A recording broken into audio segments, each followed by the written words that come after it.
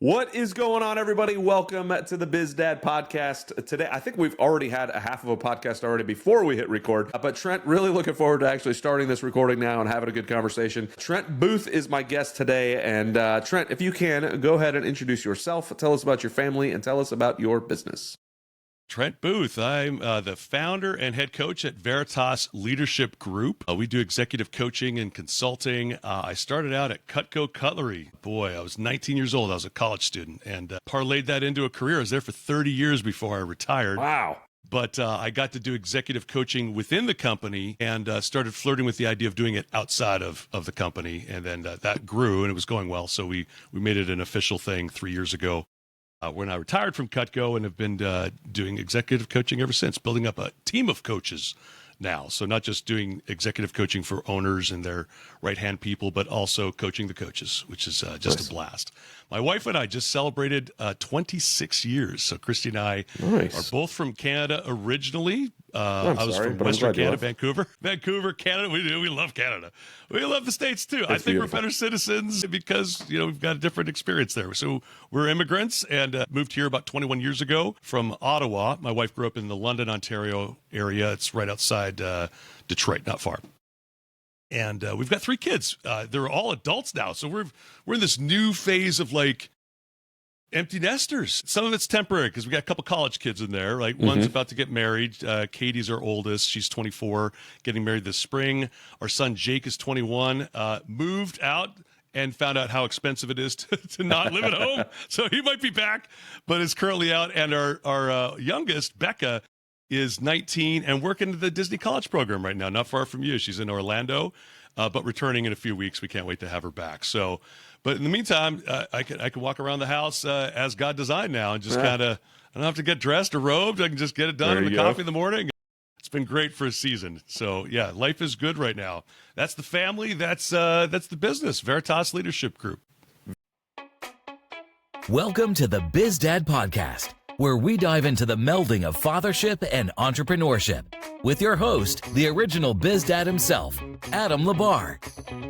Adam is a Christian, a former Air Force officer, a dad to 3 amazing kids, a coach, a real estate investor, and a business owner. On this podcast, he'll explore the unique journeys of amazing dads who are striving for greatness in both business and family. So whether you're a dad who is an aspiring entrepreneur, a seasoned business owner, or simply a man striving to be a better dad, get ready as the BizDad brings you conversations to inspire, challenge, and equip you to be a better dad and entrepreneur. And now, here's Adam.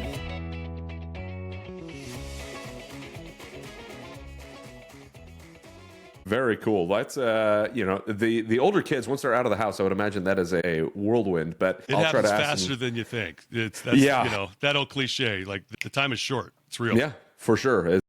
The days are long, but the years are fast, right? That's it. They start piling up now. My oldest just turned 11. My second is about to turn 7 in a couple days as of recording this. And we look back at the pictures. That's one of the benefits of Facebook is it'll give you the memories, or even my iPhone, it'll give you the memories of this day X years ago, and it's like, golly, like, man, like I feel like we were just celebrating a first birthday, and then you look at it, and it's like, no, like it wasn't just, and it was a whole different, like it was almost a lifetime ago. It feels like, right, yeah, but yet it was right now. Like it's so weird. On that note, have you ever used Time Hop? Time Hop is an app that will pull in everything you just described. So it'll pull in all of my social media plus my pictures, photos on my actual phone, and pull it all in for an on this day. Okay. So on this day in history, and what's great is I've been on for almost 8 years. But what it will do is it'll pull in this day in history, and then I broadcast because we have a group chat now with these adult kids, and we're remembering, hey, 14 years ago, Jake, you had your first start. Hey, Katie, remember doing Heart and Soul 14 years ago at your piano recital? So they can see all these memories, and they're kind of baked in. It's really, in many ways, a digital journal, a way to be able to go back and revisit and celebrate moments like you're describing. That's cool. Yeah, I mean, I know that I've seen like people post some Time Hop things, but I've never actually gone through and done it. Yeah. Yeah. So speaking of time hop, let's time hop backwards for the it. moment. I want to learn a little bit about Trent when he was growing up. Tell me, a little bit about, I mean, obviously now I know that you grew up in Canada, so that's going to be a fun part. I'm assuming you played hockey because you're Canadian. I didn't. So you have to. I was the one in the kid. world? You had to be the only boy growing up that did not. I played soccer and baseball, but oldest of 4 boys. We just didn't have the money.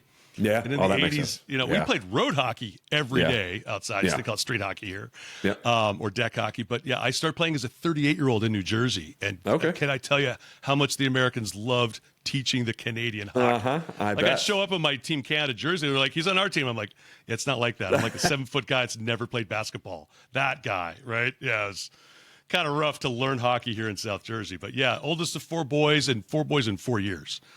And even good boys are just, it's a lot. I'll put it that way. Sure.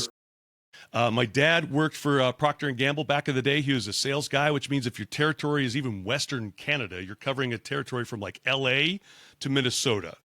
Wow. Yeah. Like if you can imagine the geography you gotta pick up there. That would mean he would travel for 2 to 3 weeks at a time sometimes. And as a kid, like you don't know the difference whether you're leaving for 2 weeks or forever. So there was a bit of I would say I've identified some abandonment challenges from being a young kid. There's a story of me hiding my dad's keys before going to the airport. I think I was 2. I was not even verbal yet, and I knew what happened on this day. So I hid my dad's keys at the bottom of a Pringles can at the bottom of my toy box. And he almost missed his flight that day, but caught it. All to say, wonderful upbringing. My folks did divorce when I was about 14. That was less awesome. Wouldn't say that we attended church as kids, but it was more like mom said, hey, we should do this more than anything else. So I'm grateful for that exposure because I do believe that word entered for me. And I believe God laid a claim on my life early, young, like probably 5 years old.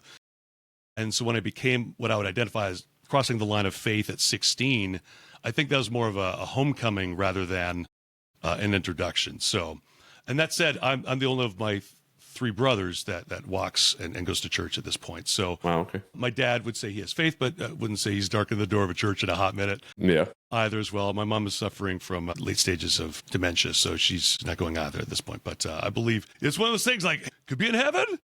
But if I'm inspecting the fruit, I would be like, hey, let's make sure. Hey, Dad, let's go out to church again. Hey, let me walk you through what I believe, as opposed to just saying, hey, I believe.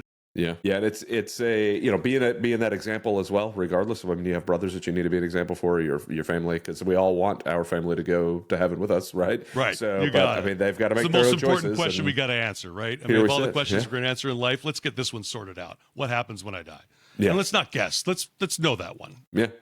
Yeah, for sure. I don't remember who was. I think it was. I'm not going to remember his name, but I was listening to a podcast. It was a Christian apologist talking to a Jewish guy, and they were going back and forth about who the Jews think Jesus was versus who obviously Christians think Jesus was, and all this stuff going back and forth. And he was like, it's funny because if the Christian apologist is like, in your belief system, to the Jewish guy, it doesn't matter what I believe, as long as we're both living a good life, we're going to heaven, which is great. Like, then I'm all set as the Christian guy.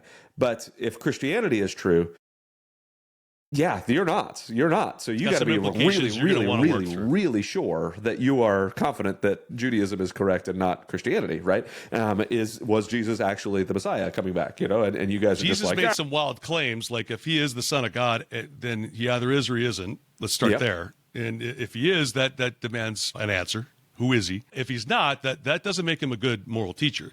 Yeah, exactly. He's the worst. Yes. If he isn't who he said he was, we'll put it that way. So, figuring that one out. Hey, if you're right and I'm wrong, no problem. If I'm right, you want to work through this. Yes, exactly. Yeah. And it's one of those that, okay, well, I mean, if you could be just as good over here, then maybe you should think about this side. Like, right. Know? But, it is what it is on that front. Like, that's going to be one of those difficult things, especially if you've grown up in there. It takes that hammer over the head to really change your thought process. Yeah, I appreciate that God tries by whispering, but it was C.S. Lewis that would say he shouts in our pain. Yeah. So, I mean, he tries the feather to start, but then he's not against using the brick if he needs to get our attention, right? I always tell people, like, if God's going to tell me not to go through a door, he better slam that thing and break my nose, because I'm so blind to everything else when I've got a thought process and I'm going for it. So, like, bring the bricks out. I don't need any feathers, please. I welcome the bricks. Yeah. Lord, if that's not a direction you want me to go, I know how I'm wired. Like, I'm paying attention, but also, like, if I miss it, don't let me miss it for nuance, right? Yes. Just stop me. True story. Yeah. All right. So if you became a Christian at 16, you kind of grew up. Your dad wasn't. Your dad traveled 2-3 weeks at a time, and you noticed it, like you said, at 2 years old. You started to notice that this was happening, right? So how did that impact you as you were growing up? What did you see, especially as you start going into your adolescent years, your coming of age years? How did that kind of affect you? It's really tough because when my folks split, the deal. I mean, it's expensive, right? I've got friends going through divorce. Maybe if you're looking at it and fantasizing about divorce being an exit strategy, dude, it's expensive. It's brutal and devastating for the kids. Even when you're amicable and even when you're friendly towards each other. My dad was the type of guy saying, hey, take care of your mom, right? Make sure she's okay. Like, you got to listen to her type of stuff and reinforcing. And forgive me, how old were you again when that happened? About 14, 15, and I was the oldest of the 4 boys. So he says, hey, you're the man of the house now. That's fantastic, which again, so you're stepping up and you're trying, but I wouldn't say the younger brothers loved that dynamic, and plus I'm 15, I'm a kid, I don't even know how to get rid of acne, or how to do my hair. And I'm trying to, buy groceries and step up and do the stuff. So I had to grow up real quick and that was tough. And I would say, to closing the loop, my dad, to get at work, had to move to Toronto. So now he's Toronto. That's a 4-hour flight to Vancouver. He's far. And even if we talk and I'm writing letters with him and with my stepmom, whom I love to this day, and it's not enough. Like, young adolescent boys, they need their dad. Yeah, for sure. I could probably say it for my daughters as well. They need their dad. And I just don't know. There's just no replacement for that. That was difficult. And I would say to cope, I was doing anything that would alleviate pain. So I was drinking at 15 years old. I was drinking and running on the streets and hanging out, not getting into brutal mischief or anything, but I know where that, and even at the time, knew where that road was leading, and it was nowhere good. A lot of pain. By the time I find God at 16, I'm not looking for him at all. In fact, I'd moved to Calgary. My dad finally got a job where he was a little closer, and we could move in with Dad. That was great. The challenge being that it's now an hour. Calgary is an hour flight away from Vancouver. It's far. It's like Montana from LA. It's far. Yeah. We're far from my friends. My mom moved to town, which was helpful too, went back to school. God bless her. But, my first 8 weeks at this new school, big school from a little school, and I don't make any friends. And I'm telling you, Adam, I was so lonely in the cafeteria. It felt less lonely to eat lunch in the stairwell outside the library before the library opened. Yeah. It felt less lonely because I was just not faced with my solitude, Yeah. But even in that moment, you're like, dude, you're in a bad spot. Like, by the time you're eating lunch in the stairwell, dude, what's wrong? And my folks can't fix it. I can't fix it. My friends back home can't fix it. The first kid that said hi to me was a Christian. Big Jesus loves you sign on his backpack. From a dot matrix printer back in the day, put it in a plastic sleeve, and testified. And this guy just said, hey, during lunch, hey, where would you go if you were to die tomorrow? What a bold kid, man. Yeah. And what a kind God to come in to invade space and time and come and get me. Because again, I wasn't looking, and a friend of mine had written a letter saying, hey, like, I've become a believer, I've become a Christian, you should check this out. And I was like, I don't need that. So I'm still an enemy of God when he comes and gets me, when he comes and invades that space. And everything changed. In that moment, when I made the decision, crossed the line of faith, everything shifts. I actually ran for student president by the end of the year. Now, God loves me enough to make sure I didn't win. Ego didn't need that one. But at the end of the day, like, dude, I've got friends. I discovered I could sing. Who knew that? I joined debate. I joined everything that I now do. I was playing music. I was performing, joined a performance art troupe. Everything was kind of unlocked at that stage, and nothing's been the same ever since. It's funny. Somebody may hear a story like that and think to themselves, oh, so becoming a Christian makes your life easy. Yeah, it wasn't easy at that stage, but I would say it was better, infinitely better, and I wouldn't change a minute of it, because that doesn't mean it's all rainbows and unicorns afterwards. For sure. On my resume, or if you check out any of my other podcasts, okay, by 21, I'm divorced myself. Yeah. Right? So my childhood sweetheart, we get married, we go to Bible college.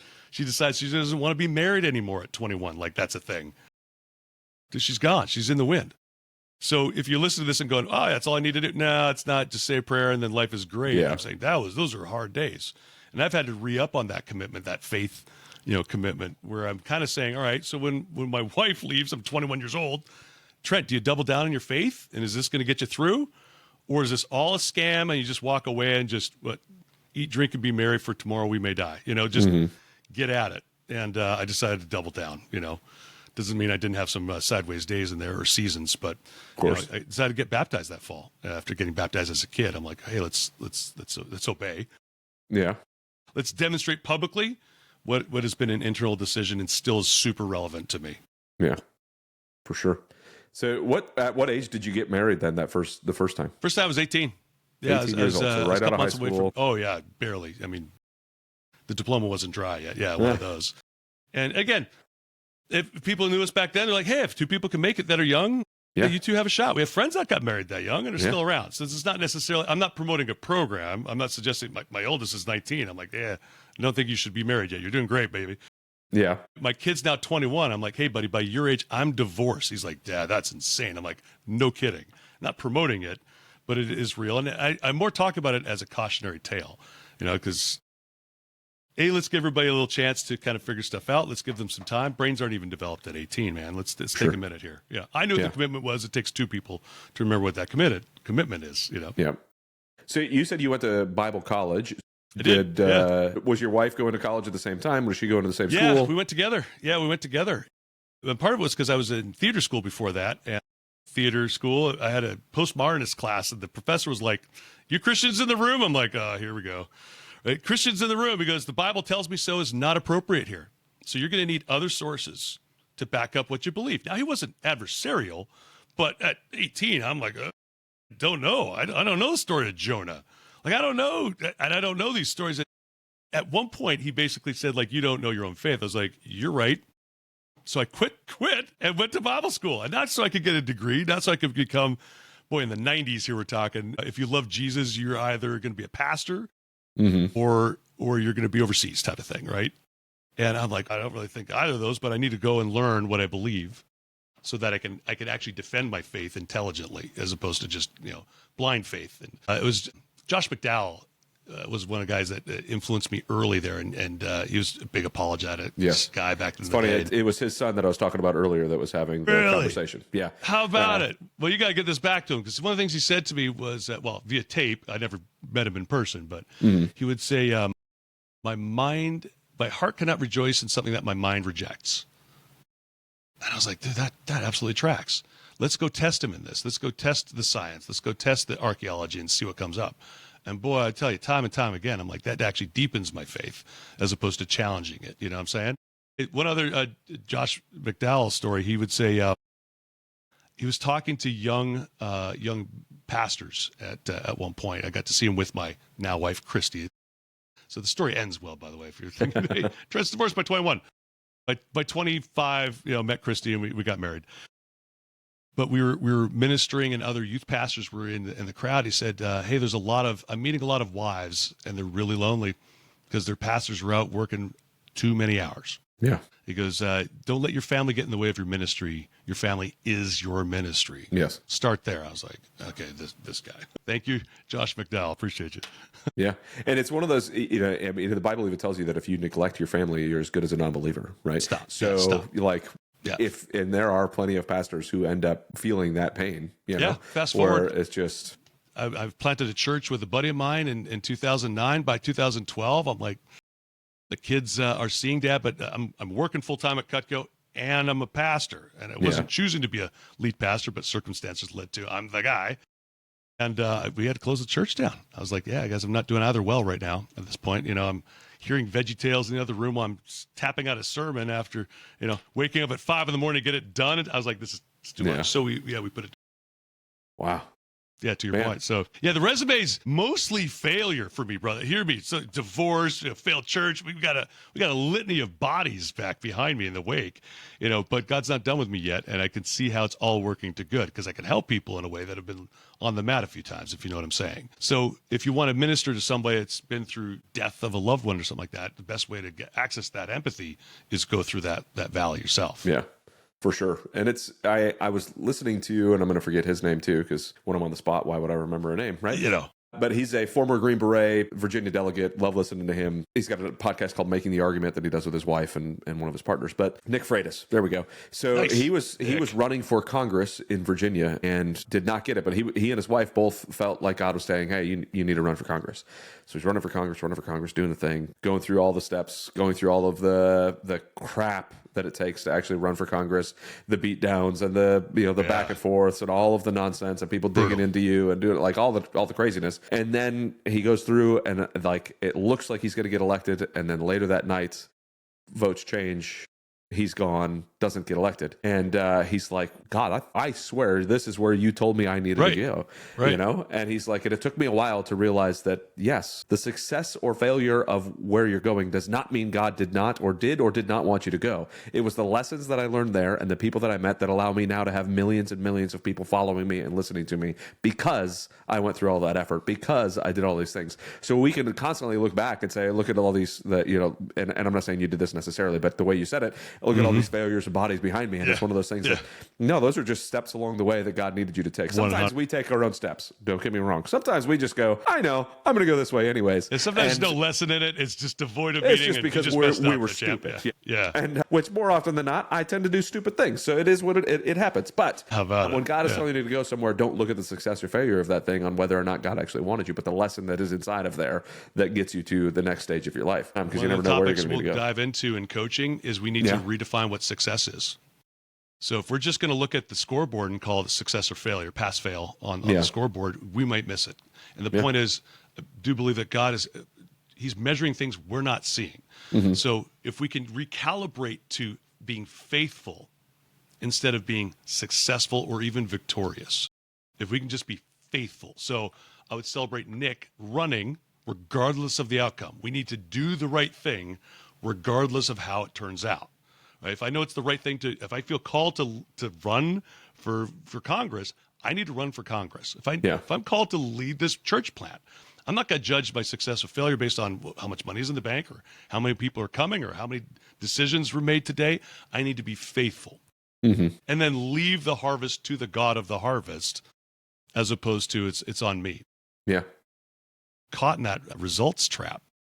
For sure. And I've been in that, especially when you start off in sales. If I hit sales, I get success, I'm good.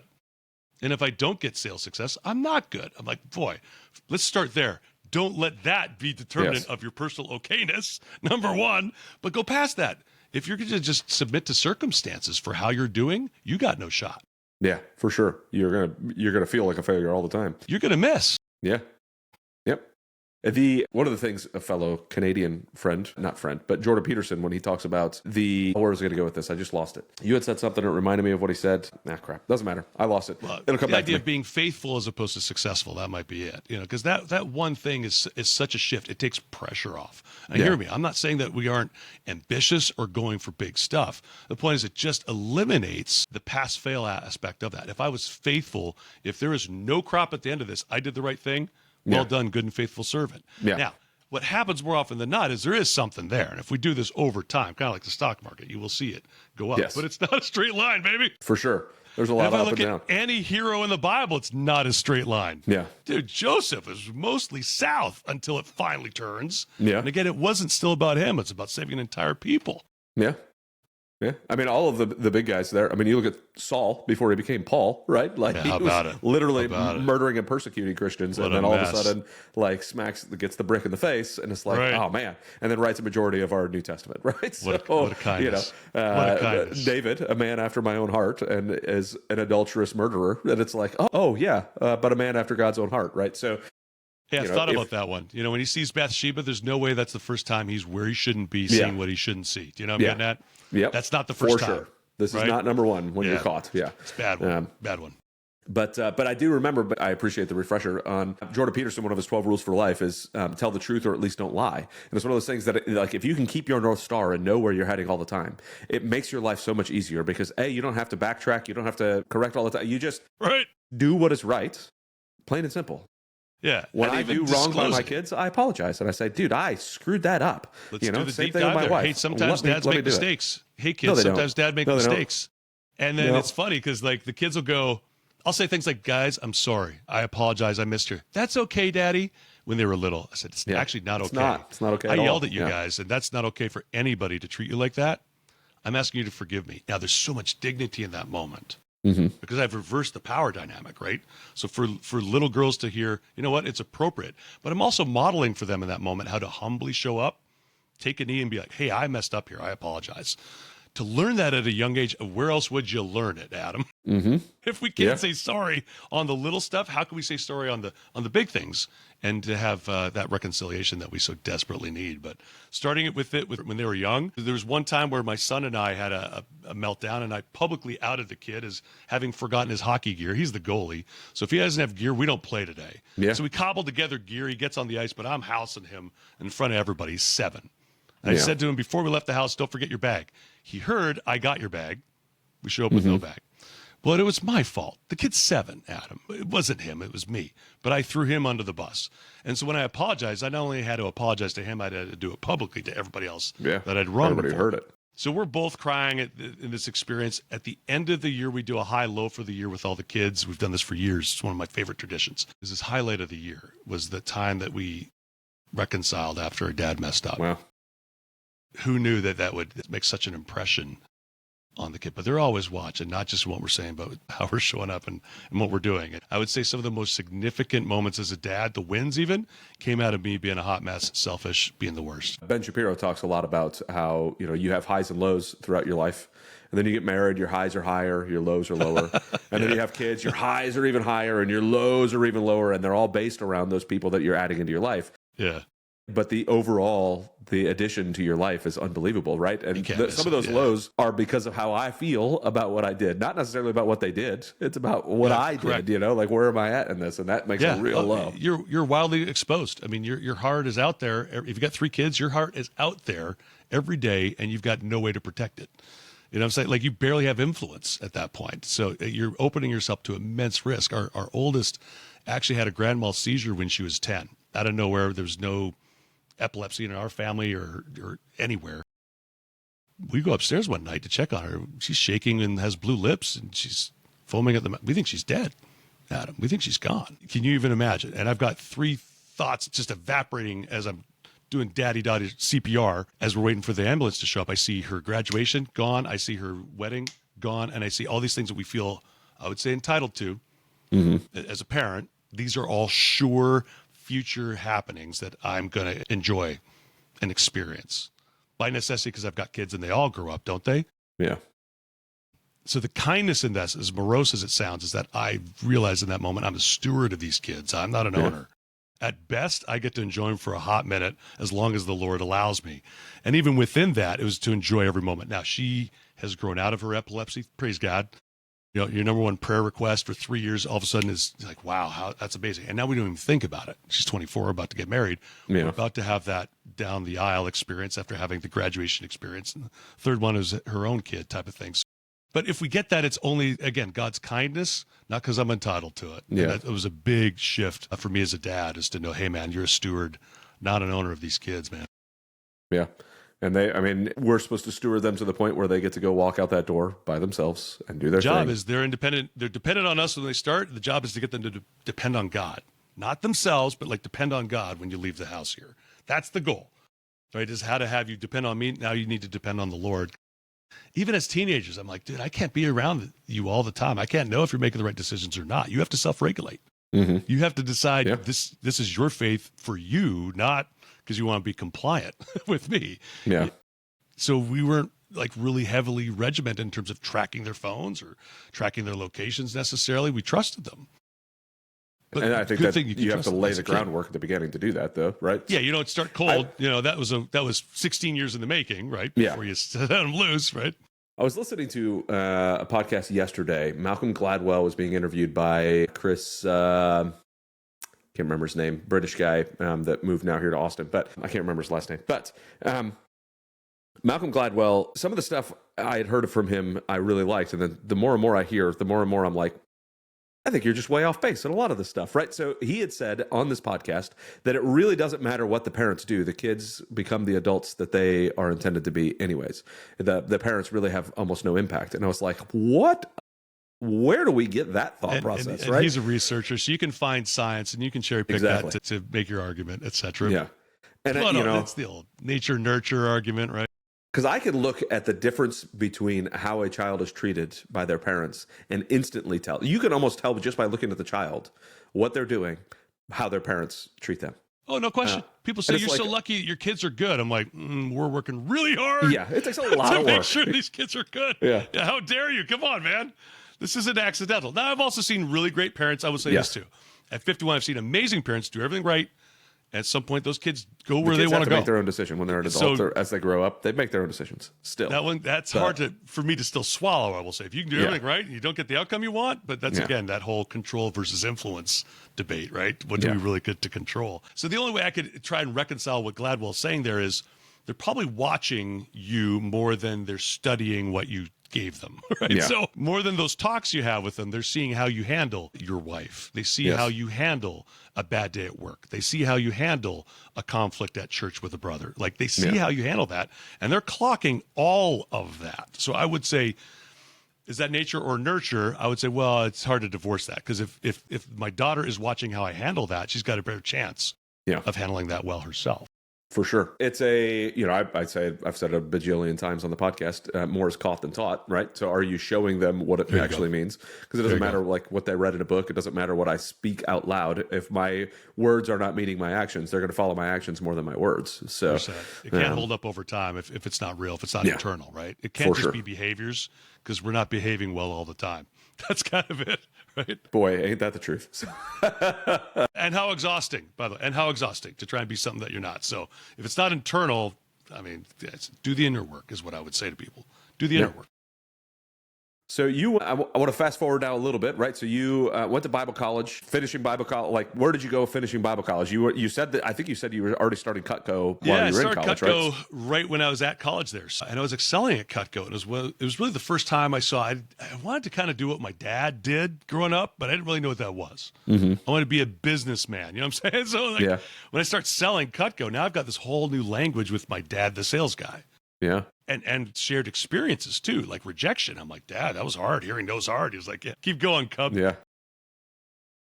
And I loved it. And it was one of those things where I knew I should say this. I liked selling. What I loved was the cause and effect. Like if I work harder at this, if I work better at my pitch, I can improve. I can get more sales. I can get bigger sales.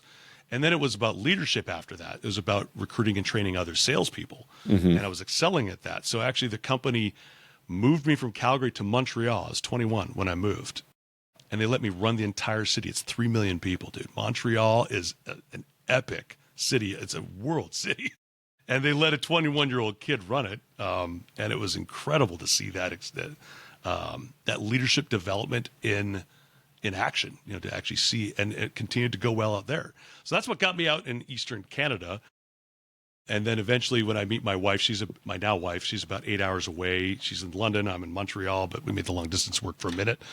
And then the company moved us down in 2004 to the States because I was pretty good at recruiting and developing people. And they wanted somebody to study the best practices in the company here. And that was my ticket to get into the States, which my wife and I had always talked about. Hey, would you move to the U.S.? I'm like, I'd love to go. It's never been easy to immigrate here. But if the path comes, let's take the shot. And so, with the kids Jake was 8 weeks old when we moved down here. Katie was not yet 3. So for all intents and purposes, they're basically grown here, raised here in America.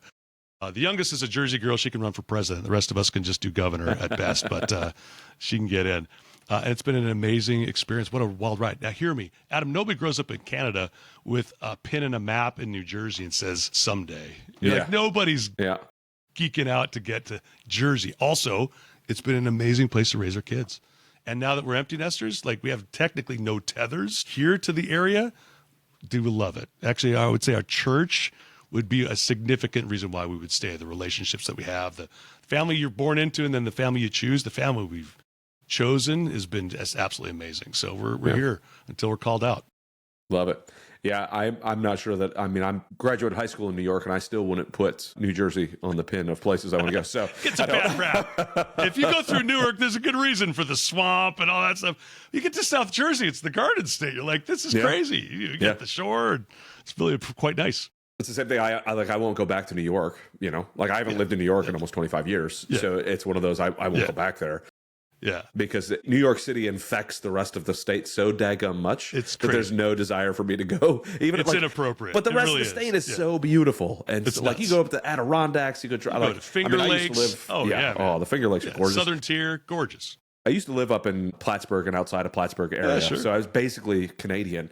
Yeah, it's right for a there. while, right? So, like all the Canadians would come to our mall and then go back. You got it.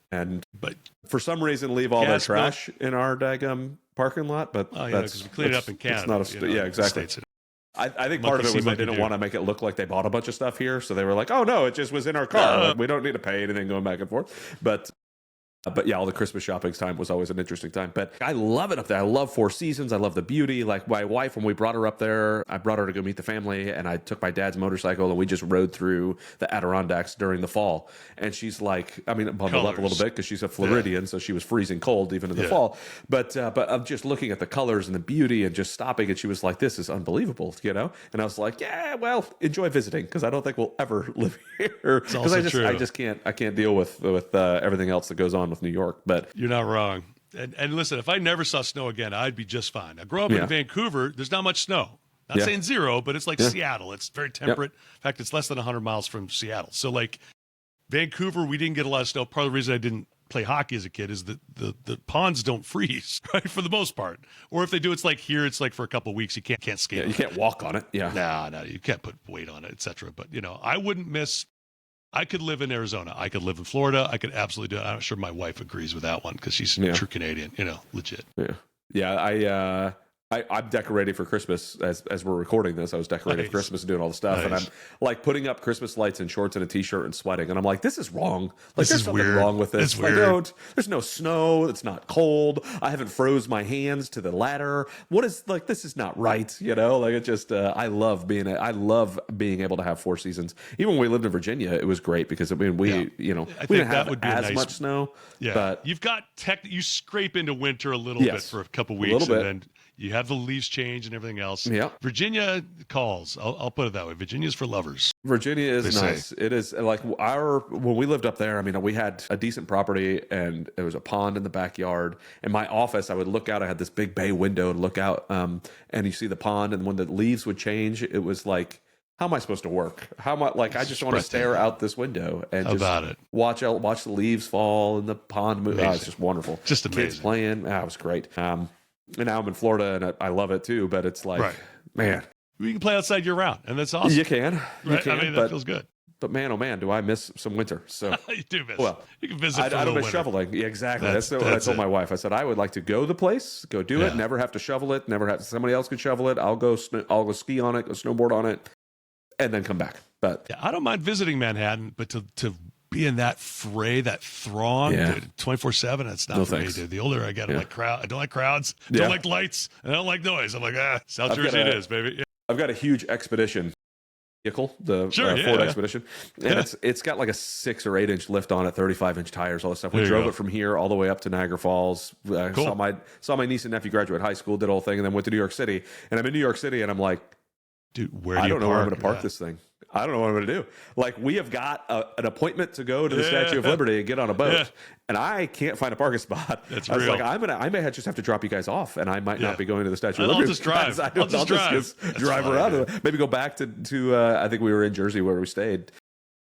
And I was like, I'll just go back to New Jersey, park my car, and then take an Uber back here. So that's what we started doing. Because I got big QX80 Infinity. It's the same idea, right? Yeah. So Section 179, for those of you uninitiated, if you're a business owner and you have a car that weighs or tows over 6,000 pounds, you write a ton of that thing off first year. So big truck, go ahead. But I've parked in Jersey City and take the subway over. That's kind of the move now, but... Yeah, it's nuts.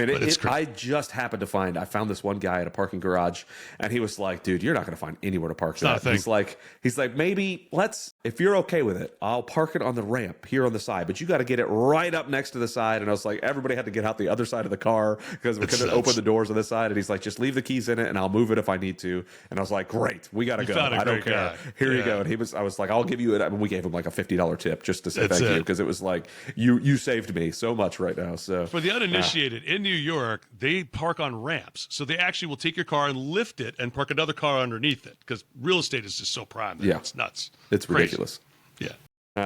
All right, so you've moved here to New Jersey. You're working hard inside of Cutco, which, by the way, I'm going to have to chat with you at some point about Cutco because I was thinking about trying to get my niece into doing Cutco because I feel like everybody I talk to is great. She's 22 years old. I would love to get her involved in Cutco. It's just such a great experience, really. I can't recommend it enough. And the leadership development, a couple great managers down there. We'll get you set up. She recently started she's not down here. She's up in New York, but she recently started working at like a jewelry store. She was working at Walgreens and retail, then she started doing a jewelry store, selling jewelry. She's like, I like this so much more than what I was doing. Like the clientele is better, all this stuff. And I've been telling her for a little while because I've got a good friend of mine in the Pennsylvania area that sells Cutco, and his son sold me my Cutco knives that I have sitting on my thing. And I was like, I loved the sales process, like having this guy, like watching him sell. Yeah. So I like referenced a couple of my business buddies. I was like, I'm going to reference your guys' name. You don't have to buy into Cutco. I just want you to watch the sales process so that we could pull some stuff out for our, because I just loved the process. Like if we could pull that out for our sales folks, it's really wonderful. And the fact that you can learn that at 18 years old. I mean, and not only did I have to pay for it,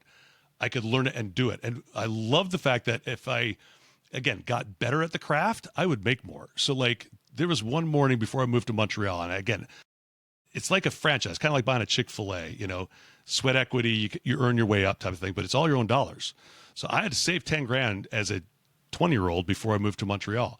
I have this one morning where this woman says, I'd like to buy 4 of your complete sets. And these are expensive sets. They're $1,000 a piece. And then she bought a set of cookware on top of that. And I gave her some gifts that kind of brought the net to me down. But I made $2,200 as a 20-year-old that morning. And it was one of those like that ruined me for other jobs, first of all, right? So now I'm like, okay, it's got to be sales, or at least sales management and leadership development type of thing. And I couldn't recommend it enough for a 22-year-old young woman in New York trying to make her way. I think it'd be a great experience for her. But 2 of my kids have sold Cutco already, and it's helped them parlay that into other things as they've moved on.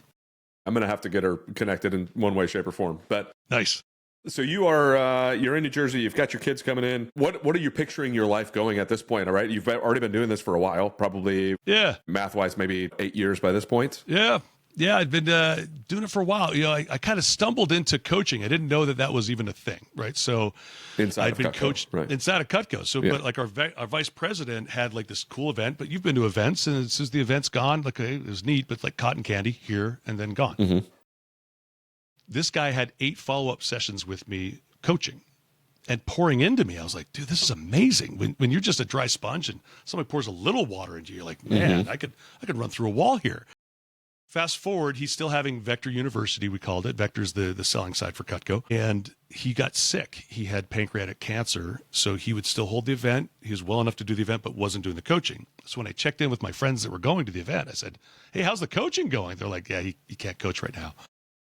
And I said, I don't identify as a coach, but I've got all of his exercises, and I'll listen to you with a empathetic ear. How's that sound? And the guys were like, yeah, let's go. Well, Adam, some of the first few people I started coaching went off. Yeah. It went off in such a way that like word got out, like, what's happening with this group of people? Like Trent's just talking to them like 2-3 times a month, and they're becoming outliers in the company. So much so that the company figured out it was going to cost them money to have me not do coaching for any other role. And so they let me write my own position description. I've never even heard of this in companies. They like a leadership development department where your main thing is coaching and retreats, and just help these young kids, ask them good questions. And when you raise their awareness, they'll know what to do. So that actually makes them smarter as well. Like in the interim, it raises their EQ, their emotional intelligence. And in sales, so much of that is just navigating the mental gymnastics. And if we could help young people do that, they're sticking around longer, they're producing more and enjoying it way more. So like the culture improved, everything was good about this. And the company blasted about $1 million into its leadership development department over the next couple of years. We had just a tremendous run. And I will say it this way, I got to my first 10,000 hours of coaching without having to send an invoice. Yeah. I was going to talk to anybody who wanted to talk to me, and everybody wanted to talk to me at that point. So it was one of those amazing experiences, because the hardest thing for a coach is to get the experience. That number of hours is really hard to come by, especially if you're charging $200, $300, $500, $1,000 an hour, which is what coaches get. But at Cutco, I was only going to get paid a certain amount to be able to do that. That certainly makes sense. And they had a kind of a ceiling for here's what we pay managers. And I was like, I would like to make 5x that. And they're like, yeah, we don't really have that job. I said, well, tell you what, if I work a little less, or during COVID, I could work from home or part-time. And instead of giving you a pay raise, give me a day. And I could coach during that day and flex some time back and build up the side gig. It wasn't long for the side gig, it replaced income and then doubled the income. So by the time my manager came to me and said, hey, at what point would Veritas be ramped up? I'd be like, dude, we were there 2 years ago. Like, I could go anytime. I'm here because I love it. I love the game. But I'm also aware that I can't ramp up Veritas higher until it's full time. You know, he was like, is it time? And we decided about 3 years ago this week, it was time. So yeah, and it's paid off. It's been just a great run. A couple of my clients actually have 2 in Tampa, of all places. Here I am in New Jersey, and at one point I had 3 clients in the Tampa area. I'm like, oh, nice. I guess gotta fly down and get some time at Disney and drive over, watch the Lightning play, and there you go. Get at it. Yeah, it's been a nice run. And so now I think you can come and see me, and then we'll have some lunch. Sounds like a thing. Hang out with the kids and rock out. I'm actually gonna be there in a couple weeks, Orlando anyway. But you know, I'm up to about 25,000 hours as a coach at this point, and it's one of those things where, Adam, I love it. I just love asking good leaders good questions. Wayne Wagner, one of your guests here on the podcast, brought me in, and I'm coaching his entire team. And so this is what starts to happen. Now we're not just coaching what we call the top dog and the tall cotton. So like the owner and maybe her right-hand person, we're also coaching all the rank and file people. Now, normally coaching, it's prohibitive from a cost perspective. Yeah. We're talking about some of those numbers. But I've also trained up another group of coaches that are, again, just asking good questions, and they just don't have the 20,000 hours yet. They've got 200 hours. They're really good. And in certain ways, boy, I will tell you this, I was surprised that when I brought on new coaches that they would have success so quickly. But part of what works is the coaching process itself, right? Asking the good questions and hiring good people. Like, hear me. So I definitely recruited well and trained well, but they're getting breakthroughs from day one. And what's fascinating is some of the people that they're starting with were people I'd coached for years. So I was worried about a Diet Coke situation. Yeah. I don't care who it is. It's not me, and that would be a drop-off. There wasn't. Yep. Yeah. The first time I handed the first person off, there's tears. There was a breakthrough in a way that I never would have gotten if it was just me doing all the coaching. So this made me a believer in diversifying the voices that are within that company too. But we're helping companies like Wayne's. He's tripled in the 5 years we've been working together. Wow. Nice. I don't care who you are. That's a good run, right? Yeah, that's awesome. One of the other advisors we coach, another brother from church, another financial advisor, was about 25 million in assets under management, just topped out at 80 million. Nice. We've been at it for 6.5 years. So again, I'm not bragging about me, but the coaching process itself absolutely can make a huge difference. Now, they've invested probably, I know the one guy's coming up on $100,000 he's invested over the last several years, right? But if you go from revenuing $500,000 a year to 1.2 million, and you take that over, I would take that deal every time, right? Yeah, for sure. FanDuel, that's a good deal. Yeah. That's a good bet. Yeah. Yeah. You know, I've recently been thinking about starting a consulting / coaching company with my wife. Yeah. Being both prior military, we've got, 40 years of experience in the military between the two of us, and a load of leadership and name it, plus all the business stuff that we've done. And it was one of those things that was like, man, I would love to just kind of bring out those knowledge, skills, and abilities into other people's companies and help them grow and raise. And I could work with my wife at that point, right? And how great is that? I've yet to talk to her about this idea. She may think it's terrible. She's not in on the pitch yet? No, she doesn't. Because I literally have just recently been thinking about it. I was like, man, I think I could have fun with my wife just kind of doing this. Because I work from home most of the time anyways. We just bought another business, so I kind of am over there a lot right now too. But man, oh man, like, she's home now. Maybe she's just going to say, Adam, pound sand. I don't want to do any of that crap. I don't know. There's no way. There's no way. She may say, you're stupid. What is wrong with you, Adam? It's all my discretionary time, Adam. Thank you. Exactly. Thank you. Let's fill it up. Yeah, appreciate it. Well, thank you for your service, first of all. Oh, our pleasure. Appreciate it. On top of that, I would say, in my experience seeing people transition from military into the private sector, the leadership skills are there. Sometimes you need to learn a different language to go with that. And so part of when I am coaching people that have come out of that, some of them are looking for a third act. So a colonel that's in our community group, for example, he's retiring, and wow, what an amazing run. But he's young. I mean, he's not 60 yet. And I'm like, hey, man, there's a third act out here for you. I would love to see him as a coach. But again, a lot of the challenge being like, hey, this is all I've ever known. Like, he's been a career, Air Force guy. So like, it's scary to make that transition. And that's where sometimes just, again, having a coach to ask some questions, right? So walk me through how you hold people accountable. And he's got a process for that. And I can then walk him through what that would look like in another company, because it absolutely is transferable. I even say this to moms who are becoming coaches, let's say. There are leadership skills that they're learning, gleaning every single day with those kids. There's things that they're learning that absolutely transfer and they absolutely matter. So part of it's just trusting like, hey, this experience, this tool that I have, it is useful in other spots. So let's talk again if you guys are going to, I would love to just ask you a few questions with that. That'd be fun. I used to be an owner of an education company. We helped start and grow and build military members and veterans how to invest in real estate. And it was awesome. I mean, coaching all of the folks in there and helping them realize that all of those military skills that you had, you can actually apply 100% into real estate. Like it really, whether it's it. And I was ignorant to it at first because my very first investment property was a 62 unit apartment. Wow. My wife said, hey, start with 62 units. That's great. It was wise and not wise all at the same time. As that could be a podcast in and of itself. Love it. Just that deal. I took for granted what I had known from the military for sure. Yes. I just told myself, hey, this is new to me. I'll let the partners kind of run their thing. And it turns out it was new to everybody. Like they didn't know what they were doing either. Even though they had done real estate before. Sure. They hadn't done like a 62-unit apartment, right? Right. Yeah. So, like, I started asking questions because the things were not going so well, and I was like, "Hey, show me the contract that we have for this particular." Oh, well, it was more of a handshake. Then I was like, "I'm sorry, what? We're spending how much money on a handshake?" We and I was like, document "Okay, how many other people did we talk to?" No, he was the only guy we chatted with. You didn't even get 3 quotes? Like it's a standard practice. You should get 3 quotes. You get a contract. You have it all done. You get it. Oh, crap. No, not like, okay. Like the military makes me do all of this, right? I had to go get 3 quotes all the time. I had to get it reviewed. I had to go do all the things. And I was like, okay, I can apply that same nonsense in real estate. Like what the heck? Like, I mean, I know the same, it's the same stuff. Okay. Leadership stuff. Okay. No problem. Like going through going through officer training. So I was a prior enlisted guy turned officer, and I was going through this one officer school, and you're doing all of these obstacle courses, right?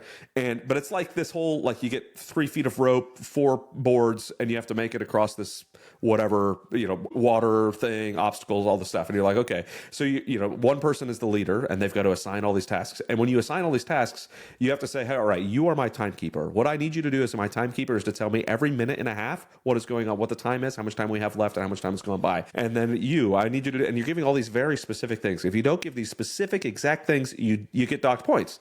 And I was like, this is dumb. Nobody needs that much daggum instruction. And then you go and get into work and you get into all this stuff. And you're like, everybody needs that much instruction. Are you kidding me right now? And like, spelled it out and agreed so you have upon. To spell it all out, make sure that everybody knows. Otherwise, I'm going to have to take the blame for it because I didn't give you good instructions. Right. Buck stops here. So even right now, I'm still struggling with it. Even after years of doing this, I've got a new business and I'm looking at my employees. They're young employees. And I'm like, all right, well, these are the things that need to be done. I should have spelled it out better. I look at it and I go, you gave it the college try, but you didn't actually do what I intended. That's my fault. My fault. The new one-minute manager. Okay. I'm still talking about this, and I read it as a 19-year-old. And everything you're just describing right now, here's the 3 pillars of the 1-minute manager. 1-minute goal setting. We make clear in no uncertain terms what's expected, what perfect looks like. Step 2 is the 1-minute praising. Catch them doing something right. So any little thing that they're doing, even close to what we're promoting, we reinforce that, right? And that, of course, makes deposits when we have to get inevitably to number 3, the 1-minute redirect. He used to call it the reprimand, but nobody likes that, so he changed it. It's the same process, though, for over 30 years, which is the 1-minute redirect is we make very clear in no uncertain terms what we missed here. We attack the behavior, not the individual, and we reset and rinse and repeat. It's so simple, and yet it's so profound in its application, right? That one. Big I will definitely have to be, the dog. I don't know what just happened. Not just for you. Have everybody else read it. That's it. Yeah, for have your guys read it. And then you have language that we can then fall through. So that's one of our basic building blocks in a lot of our coaching is again, it raises awareness and it invites them to self-regulate. Yeah, for sure. And I mean, and self-regulation as your employees, as your kids, as your anything. That's what your goal should be, right? Like for sure, you should be. It's easier when I don't have to move everything, right? When I'm leveraging through them. Hey, come on in. Come here, Diana. Flourish is barking. That's okay. You want to come say hi? Yeah. What's up, Diana? No, you changed your mind? Oh, now she's shy. Oh, you cold? You're freezing? Oh, you're freezing. Hi, Oh, princess. Look at you. Oh, you want to say hi? Hi, gorgeous. You say hi, Mr. Trent. Hi. He said, hi, gorgeous. Oh, How are you old's freezing? Diana? 2.5. Just a little thing. Hi, little nugget. Down. You want to get down? All right, I love you. Have a kiss. Daddy, wait for me. Mwah, I love you. Wait for It sounds like you're reading later. Dad. me. Wait for you? Yeah. Okay, I'll wait for you. I think she's going to go get her blanket and then come back. I love it. I love it. But Podcast yeah, is better with Diana. That's good. Exactly. You're darn right. She talks better than I do too. So it's, Prettier both of us combined. There we go. well, that's definitely true. Thank you to her mama. How about it? Well done, Mom. So, all right. So where was I going to go next? I got interrupted by a little lady and it can just mix my brain all up, right? It's the greatest greatest interruption of the day. I love it. That is one of the benefits and downfalls of working from home. It's one of those, like, I love when they come in, but man, man, it gets distracting because you just want to hang out with them. You want to go play with them. And then for the first couple of years of the homeschool, I was doing the homeschool while trying to run business in this office. And it was like, holy gracious, this is nuts. That's a lot. So none of them were getting done as efficiently as they should be. But at the same point, I was like, I can't give this up. I love just having them here and being able to walk out and see them. On homeschooling as our kids were classically trained. So they were in classical education and private school closed. So I'm like, okay, options. I'm like, I could probably pull this off, but I'm like you, I'm like, okay, I'm not educated in that way. And I'll put it this way. My daughter going into high school at that moment, our oldest, was already more educated than I was. Like I wasn't gonna be able to hang in with her. So we found a school that was an hour away, a different state, a toll. Like it was a bridge to get to because it's in Delaware. And it was worth it 100%. Our oldest finished all of her years there. Our youngest finished all of her years there. Our son eventually played hockey at a different school. But that education for us was the win. If I can't do the homeschooling, let's at least get them an outstanding education. And it was so good in the end there. It was like a classical Christian type of education. Oh, yeah. Amazing. So, I mean, learning Latin and doing all the stuff. I'll put it this way. We do a senior trip. It was to Athens and Rome. And these kids break out into song, and like people are recording it because they're in 4-part harmony and sacred text type. It's amazing, just incredible. See these kids on the Mars Hill read the words of Paul in Athens. I'm like, this is where Paul would have had his sermon. That's insane. Just like, it's mind bending. It's like you're in Mordor, or Lord of the Rings. I'm like, wait, this isn't fiction. Yeah. Paul was here. Yeah. This is a real place. It's nuts. But all because of that classical education to see, it didn't just teach them what to think, but how to think. Yes. And that's been kind of an emerging theme from our call here is I want them thinking. Yes. I'm inviting their criticism. I'm inviting their thoughts. I'm inviting their beautiful minds to assimilate thoughts, put them together, and come up with a take that isn't weak. Because if they can't do that as a kid, I don't know how they're going to do it when they get older. The world's hard, man. For sure. Yeah. To go back to Josh McDowell, Josh's son went up to him at I think he was like 18 or 20. He was getting ready to, I think he was already in college, getting ready to go do more of his apologetics education and whatnot. And he was like, Dad, I'm not really sure. Like, I got some doubts. I got some questions about all of this. And he's like, that's awesome. Good. I'm really glad. I'm glad you do. Go investigate all of it. Go and investigate it. Yeah. Don't ever take my word for any of this stuff, right? Go and learn it. Go and educate yourself. Get out there. And then when you have, let's talk back and forth and we'll get through it. Like, questions are not the end of the world. Like, doubts are not 100%. The end of the world. But if you don't teach a child, teach a person, teach your employees to think for themselves, then those doubts turn into devastating events because now they can't trust themselves, they can't trust you. Instead of just going, I wonder, that doesn't sound right. Let me investigate, and then just go and think for themselves. So when the heat gets turned up, the other melter, they get harder, right? So which one? If they've got good ingredients, then they can get strengthened by that heat. If they don't have much there, or if they've just been compliant, and this is one of the other challenges I would say is that some kids that kind of look like they were checking all the right boxes, right, but they weren't necessarily internalizing it or going deep in it or believing it, right? And so if your faith gets tested and there's not much there, that can kind of leave you in a tough spot, especially if the hard days come. The girlfriend breaks up with you, now what? And if you're just going to try to bootstrap your way through that, that's not what God asked us to do. He loves me too much to let me do it on my own steam. I can't get it done. Me on my own, not enough. I can do all things through God who strengthens me. I got a shot, right? If God's in it, I got a chance. If God's not in it, I got nothing. Yeah, for sure. And that I think there's I'm glad you added that portion to it, because that's a great coffee cup verse, right? I can do all things through Christ who strengthens me. And it's like people are like, oh yeah, that means I can run this marathon. Okay, applied first poorly. off, Yeah, applied poorly. Yeah, let's think about what you're actually What's saying the context? here, right? Yeah. The context is, if God is behind it, then yes, he's going to help you get through it, right? He's not going to put you in those situations that he wants you to go through and make you fail. If I'm coaching that guy, I'd say, hey, you're probably 6 months away from the marathon, but I wouldn't do it today, buddy. I love you too much to let you delude yourself into trying that today. That's not helpful. And then what a way to just smash your face on the pavement and start to look at God in a way that is not accurate as well, because you've put this context around this Bible verse that somebody had on a coffee cup and made it into something that it wasn't. Yeah. And then now your faith is in the wrong spot, right? Your belief is in the wrong spot, and it just. I'll say, Adam, as a in my 20s and 30s, theology was neat, but not necessary. In my 50s, I'm like, dude, good theology is necessary at this point. Proper application of truth, man. That's what's necessary. Wisdom, if you think about it. So, I heard a pastor say once, knowledge is that, hey, tomatoes are a fruit.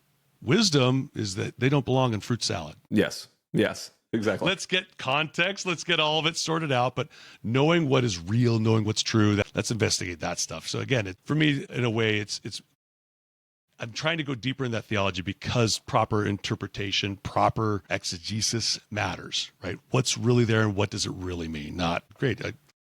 Prayer of Jabez just came up recently in a group that I'm part of. I was like, oh man, I read that like 20 years ago. Problematic theologically, right? That one's tricky. Like, give me the things I want. I'm like, God loves me enough to not give me all the things I want, no matter how nice I ask him. Yeah. How about it, right? Yeah. He loves me enough to not let me be a millionaire by 30. I could have done some real damage, Adam. And so my friends at that business, we're becoming millionaires at Cutco by 30. And I'm grateful that God didn't let me do that. Yeah. I can do way more damage as a wealthy man than if I'm still figuring stuff out. Now, I'm grateful that the Lord isn't saying never to me on that level, but just not yet. Not yet, right? You got some learning to do. You're a little green still, champ. We need to ripen up a bit. Yeah. I mean, just look at it with our kids. Like, if we think about our kids, like if my second kiddo could have chocolate and candy for every meal, he probably would. My first kiddo, not so much. He doesn't care about that. But my second kiddo would. And that's funny. Well, I've got too much wisdom and knowledge to allow that to happen.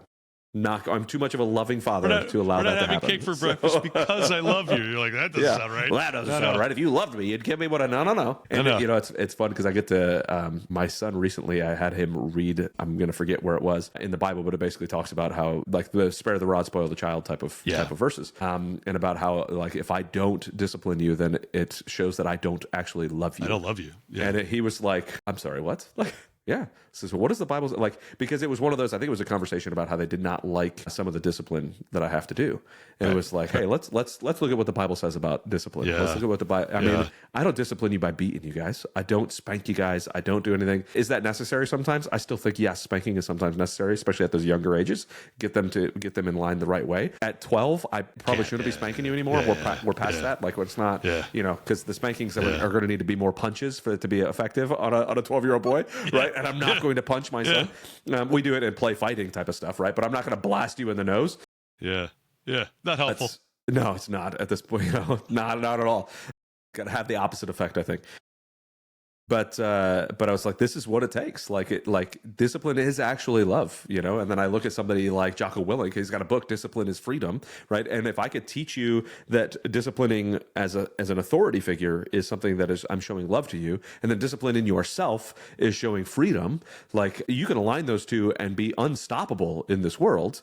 But man, oh man, that's not easy. That is so much easier said than done. So how do you to pass that across? I'm going to throw this at you and say, okay, you've got 3 adult kids. What levels of that discipline did you go? Like, how have you had your conversations to help ensure that when you let them walk out the door, or when they chose to walk out the door, they were now leaders in society instead of takers from society? They are now independent free thinkers instead of dependent kids still stuck on something. Yeah. I think part of it was helping them correlate their actions and the consequences that come from that, and not always shielding them from those consequences. In fact, sometimes having to really sit in those consequences. Let me give you a simple one here from a young age, because I wasn't taught this. I was basically taught to have no money, get money, binge, splurge, spend it all until it's gone, and not plan for the next one. Ant and the grasshopper, right? So we've been trying to teach the kids, hey, and not say what I heard, which was we don't have the money for that. I'm like, well, we've got the money for that. We're just choosing to invest it into private school. So my son would ask, like, why don't we have a Mustang like my buddies? I'm like, well, you play ice hockey, Jake, and I could buy 4 Mustangs with what we've invested into hockey over the years, but I think we're making a good investment. We're investing into this, not that. And he would go, cool. When we'd say, hey, we can go see Thor today, when the kids were young, hey, we can go see Thor, or we can go for burritos. So it's a choice now, and we could make discipline. So you can't do both, but we're going to choose one or the other. So, but as a kid, I would say, oh, we can't afford the burritos, or we can't afford to go to the movie. Whereas I can say, hey, friends, we can choose one. We could either go for burrito or we can go to Thor today. Let's go to Thor. Great. Let's enjoy that. Interesting enough, my daughter, first time living on her own at the Disney College program, so she makes money there, but she's got to pay her own rent. And she's out with her friends at a movie. And she called the next day. She's like, I hate not having money now. And she saved diligently all summer. Cash, saved over $2,000 in cash from her summer job, put it away. But that's run out. It's already November, right? Yeah. And she was like, Dad, I wanted to buy popcorn at the theater. I got into the theater, but I didn't have enough to buy popcorn. And I knew I could call you and you would give me money for popcorn, but I didn't. I was like, that's so great. Nice. Good for you. I want you to feel the pang of, I don't have enough. I only have $11 in my account. That's good for you to feel that. Also, it's good for you to know we absolutely would have sent you money. Dude, I'm not going to withhold popcorn from my daughter, but I there's dignity in you saying would no. Would you withhold it from your son? That's the question. You know, I'd like to think I'm more even than I am. The boy would say, it's not close, Dad. But at the end of the day, there's dignity in her saying, I know I could ask my dad, and I'm not going to do it. I'm going to say no to this right now. I'm like, yes, that delayed gratification is important for you to feel hungry as much as she's ever felt hungry in that moment. I want this thing desperately, popcorn, and I won't get it. I'm like, good for you. Also, now let's go make sure we're picking up shifts so you can get that popcorn next time, or, you know, make some different choices, you know, maybe one movie next week instead of 2. But I love that she's seeing that correlation between what I do and what I get. Now, I'm not entitled to that outcome. Again, that kind of folding all of this in. But if we do the right thing over time, when we have discipline, without discipline, we can't have the things that we want. If we say yes to all the good things, we can't enjoy what we want. If we can't curb spending, no amount of income will be enough. And lessons like that along the way. That's what's been important. So, for example, we've taken our kids out for years. I grew up, I would say, relatively below middle class, right? So when we went out, we drank water. So if we went to the restaurant, we drank water because as a dad, nothing crazier than they drank half a Coke that cost you $3, right? But, and that's just, it's the waste. It's not the money for me. It's the waste that I don't love. But also, you know, a family of 4 going to McDonald's right now, this is still $50, dude. Yeah. I mean, that's not what it once was. So, hey, guys, we drink water. Or whatever you order, make sure you can eat type of thing. So if we tried to teach them those type of concepts there so we can save money, like, Dad, you can afford all this. I'm like, it's not about that. It's about what are we doing? What are we being good stewards of the dollars that we've got? So I still will tend to drink water instead of a Coke, you know, if we're out. Or if we have a Coke, it's special. It's different, if that makes sense. What I'm trying to invoke here is the idea that discipline is required for us to get to any place that we want to go, especially over time. You know, as you're saying that, it's almost convicting me in some ways because I'm in a business mastermind and I love the business mastermind. It's great. But oftentimes, you know, we'll get the thought process of it's so much easier to just go. It's so much more fun and easier to go find more ways to make money than it is to find all these ways to save the money. And it is. But then when you look at it from a biblical lens, you go, okay, yes, but am I being a good steward of that money, right? And I'll catch myself all the time. I'm like, it's a couple $100. Who cares, right? Okay, well, God probably cares, right? That's kind I should be caring. Am I spending the money in the right way? Now, oftentimes, like we're going to watch David, this animated movie that's coming out. All the kids, we've got like 5 families. We're all going out. Wow. We've rented out we got 2 rows in the movie theater for all of our families. We've got, I think, 17 kids that are going to be going there with all of the adults, and we're all going to sit down and have a great time watching this movie.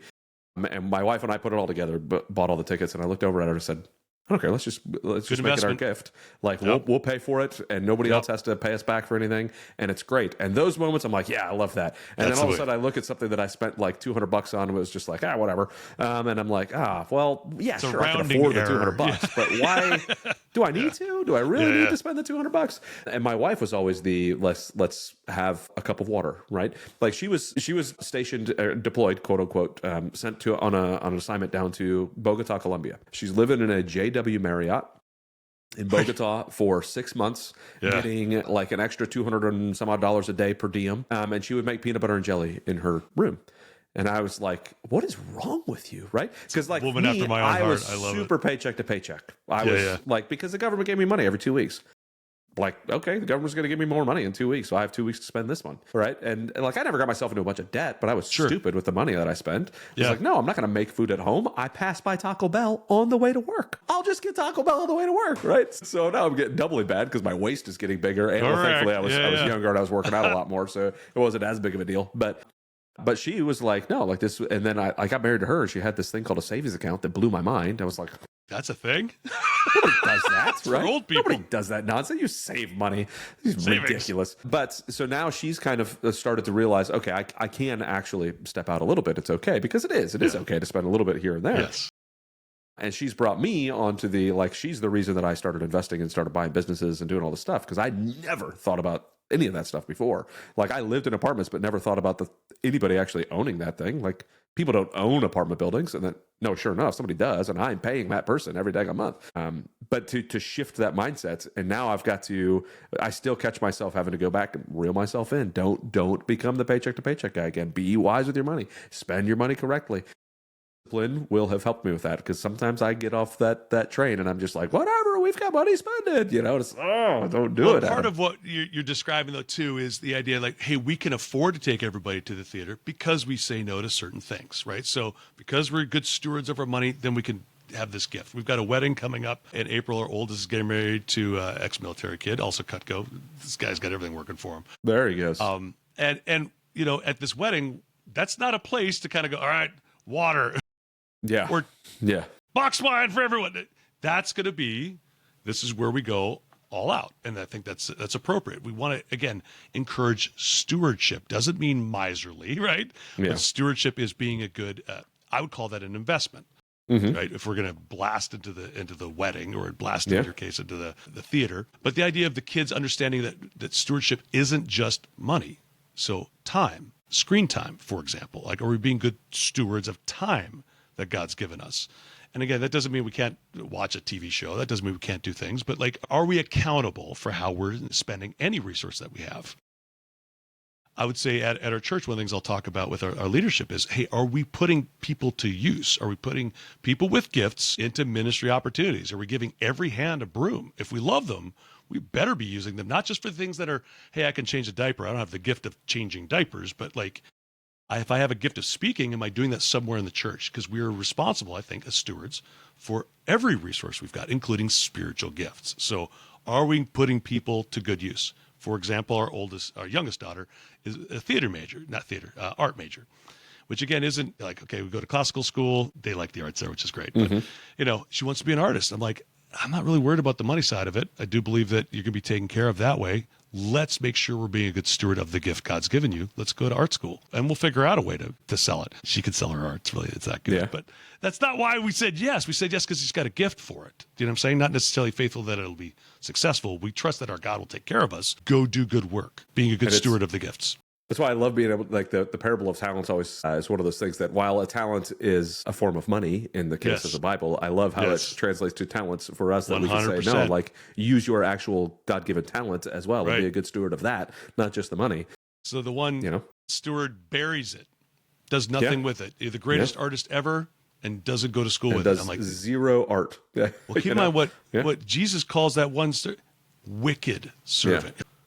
Oh, the guy who's scared, he buried it. He's like, you're wicked because you didn't do what you're supposed to do. You knew you were supposed to do something with it, and you didn't do it. I'm like, whoa. Now, the person that takes 3 into 6 is praised the same as 5 into 10. It's not like the person who got 10 got more blessing. Well done, good and faithful servant, right? But the idea of like celebrating doing the most you can with what you've got is the move. Now, the person who had 6 didn't get the 7th. The person who had 10 got the 11th talent. You know what I'm saying there? But so it's finding that both are true. Not everybody's necessarily getting the same thing, but let's make sure we're being good stewards with what we do have there and let's celebrate that. I love that analogy. I love that. That story is one of my favorites. For sure. Second only to the prodigal son, which is really about prodigal God. If you've read Tim Keller's book, that's what a gift. So Tim Keller, I can go off on some different tangents on Tim Keller, but I like some of the older stuff. Some of the newer stuff I'm seeing is a little bit different, but we won't go down that path too awfully much. As you now have kids that are out there and you're running your own business now kind of, for the last 3 years and basically since your kids have been out of the house. I mean, obviously your youngest was still in the house when you started doing this particular thing, but how has it kind of felt? What has been the transition for you into your being literally owning your own thing and your own business? You started the transition while running in Cutco, but what does it look like now as you're kind of building, growing, Well, so that was time of life. I mean, based on Christy and I tried my hand at that before and it hadn't gone as well. So I was independent when I was at Cutco before I came into the corporate umbrella, and it didn't hit for me as well. So when the kids were more like teenage and younger, I didn't feel I had the deposits required to make a withdrawal with my wife again. Hey, let's risk being entrepreneurial right now because I'd missed before, right? So taking this shot again was more strategically planned for when the kids were basically kind of out. Hey, now's the time to take this shot. And actually, I would argue by not going entrepreneurial at this point, we'd be giving up revenue over the next 10 years by not taking the shot. But there were many jobs, I would say, Adam, that I turned down that would have paid more money leading into that. And part of the no for me was I got good wisdom from one was my pastor. So this one job, I got the job. It wasn't like I was interviewing. I got the offer, and it was going to double where I was at. Which again, if you're north of 100, that's a nice salary, one that you don't just forsake quickly. But it was going to be on the road probably 60% of the time. It was going to be a lot of travel. And again, my oldest was just going into high school at the time. And my pastor said to me, your daughter is going to knock on your door at midnight because that's when it's most convenient. And she's going to have a conversation she wants to have now. If you're not there, you'll just miss it. If you're there, you'll absolutely be able to have that conversation. And it was one of those things. I was like, I don't want to trade the dollars for that time. That was a season I was about to head into, and I'm so glad at this point that I did not. I believe that I'm going to have time to make up financially what I decided to forego those years. But not only with my daughters, but also with my son, who I didn't anticipate at the time going into varsity hockey and playing. I didn't miss a single home or road game when he was playing goalie for St. Augustine Prep. And because I'd made some of the decisions that I had flexibility with the job that I had, either because you're an entrepreneur or in my case, I just had a flexible job. Even though I wasn't making what I could make top of the market, I had the flexibility to be there when I wanted to be there. I'll put it that way. So this is not me saying stay an employee or stay an entrepreneur. I'm saying whatever your role is, I have no regrets over making sure I was available and there and boots on the ground in front of my kids at the most important moments. That doesn't mean I didn't travel, but I did say no to that job that was going to double my pay, which is totally counterintuitive. Outside of your podcast, I'm not sure how often they're going to hear, guys, don't chase the paycheck. Don't chase the money. Make sure that you're there for your kids in whatever way that you're figuring that out with your God, but be there because you don't get that window back. Yeah, I that's one of the reasons I started doing the investing and saying, hey, I need to figure out a better way to do this, because if I keep, you retire from the military, so many people, they retire from the military, go back in with the suit on instead of their uniform and do the same nonsense, and they're gone all the time still. And I was gone lots of hours constantly. Like that going away right there on it was when I was in Japan, and it says, Adam, always TDY Labar, thanks for visiting, because I was never there. I was always somewhere else. So they were like, and it was like, I can't, my son's first birthday, my oldest son, my first kid's first birthday, I'm in Africa watching from an iPad, like, okay, tough. here's you smashing your cake, And I looked at it and I said, this is, while I totally can appreciate what we do as service members, what we did and understand it, my first calling has got to be to my kids, my family, and that's got to be where I'm at. And it was heartbreaking for me. My wife was blessed. She looks at it not as blessed necessarily, but blessed that she did not go on travels nearly as much as I did. But I told her, I said, man, the heartache that it caused is far, far outweighed than. I'm blessed to hear that you learned the lesson, though, because so many of us don't figure that out. And then again, when the kids get old and now you want to redo. So for example, we started having daddy-daughter dates. My oldest is a girl. So we started having daddy-daughter dates. Again, I'm the oldest of 4 boys. I have no frame of reference for girls, period. I don't know what to do here. But fortunately, my father-in-law raised 2 daughters, and he's similar to me. He's like, I don't know. So I'm asking him questions. I'm reading books like She Calls Me Daddy. And we're going out for daddy-daughter dates before she can talk. Why? Because when she can talk, I want her to talk to me. And we can't just flip the switch when they're 16 or 13 and starting to act out. They better trust Daddy-O's got my back and he's safe. He's the guy I can go and talk to with anything. But we started that when they were really young. And part of that was even figuring out how to draw them out. So I've been hitting more the daddy-daughter side. For my son, we would drive 45 minutes to hockey practice each way. And the thinking was, son, we're going to miss these days where we get to talk. And after the practice, he was tired, is kind of when his guard would come down. That's when I would hear about the hard thing at practice or at school that day. Now that he's golfed 31 times together this year, father, son, I do not have 31 rounds of golf with my dad.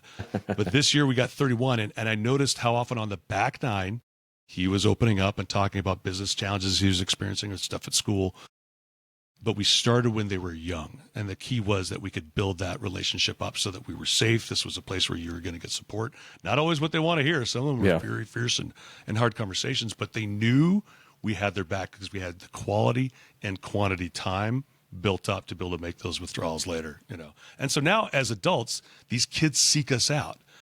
We have Sunday Family Fun Day where the kids come in. Our 21-year-old son, you talk about your wife making PB&J. He started doing meal prep with my wife on Sunday afternoons, which is amazing. What other kid does that? He's got 4 roommates. None of them prepare food for the week, but he's learning how to cook. He's doing it with his mom. It's great time.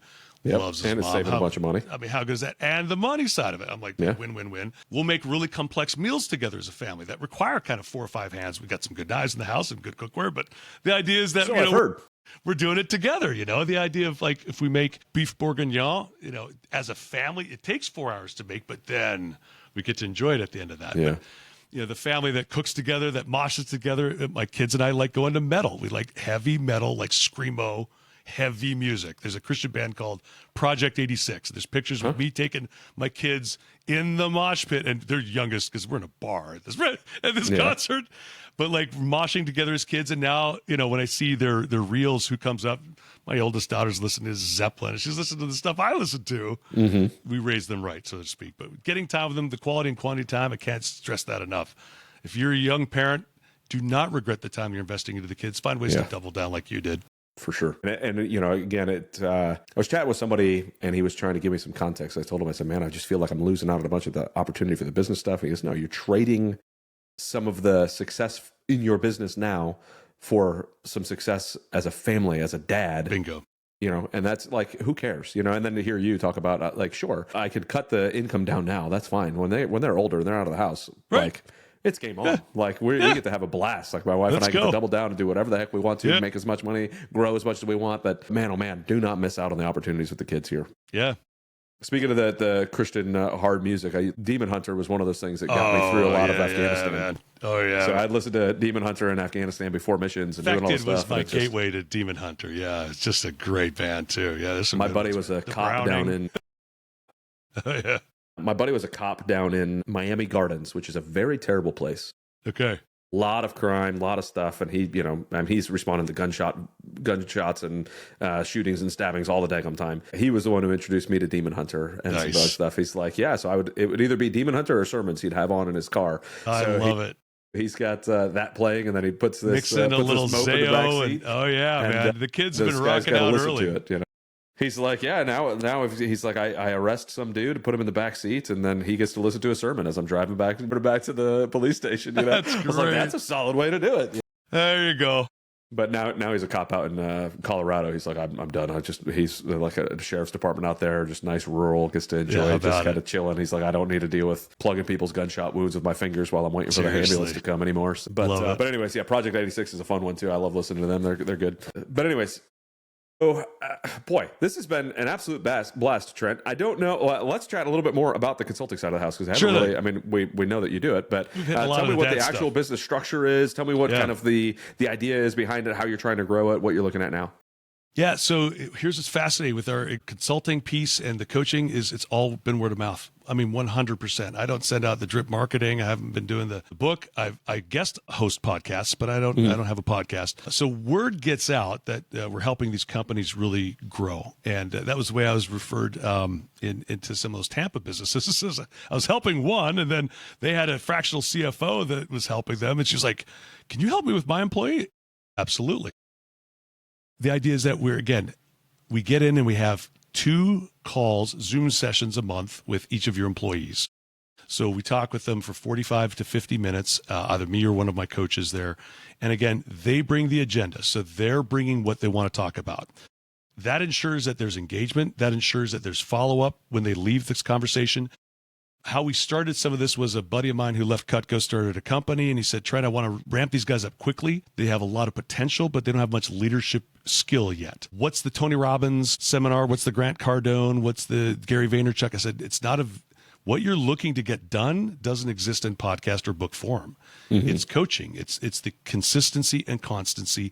And I would say, frankly, the accountability baked in as well. So if you want to grow in this area, there'll be evidence of that. And if you're not really serious about that, if you're just curious about it, you may or may not take action, likely not take action on that. But we're talking in 2 weeks. So if you're not doing that, we're going to catch that early. If you made the call and you tried hard and missed, we'll also catch that, and you're not alone. But we're underestimating what happens when they crush it. They do the thing and it works, but they're not sure why. And we can codify for them. We're like, hey, listen, there's a leadership principle in play here that you're doing. Let's make sure we document this so we can repeat it later. Yeah. So what we're describing here is helping the team level up by asking them questions. As they raise their awareness of what awesome looks like, they can do it more on their own. What happens there is you've got a team, everybody on your staff is acting entrepreneurially. It's like each of them has this little patch of the garden, and if each of them is crushing their portion of the garden, the entire company starts to thrive and grow. And we do believe that healthy things grow. So if we get your culture healthy and established, and we're not bringing our own agenda, we're not bringing our culture. So a little different from, like, let's say EOS.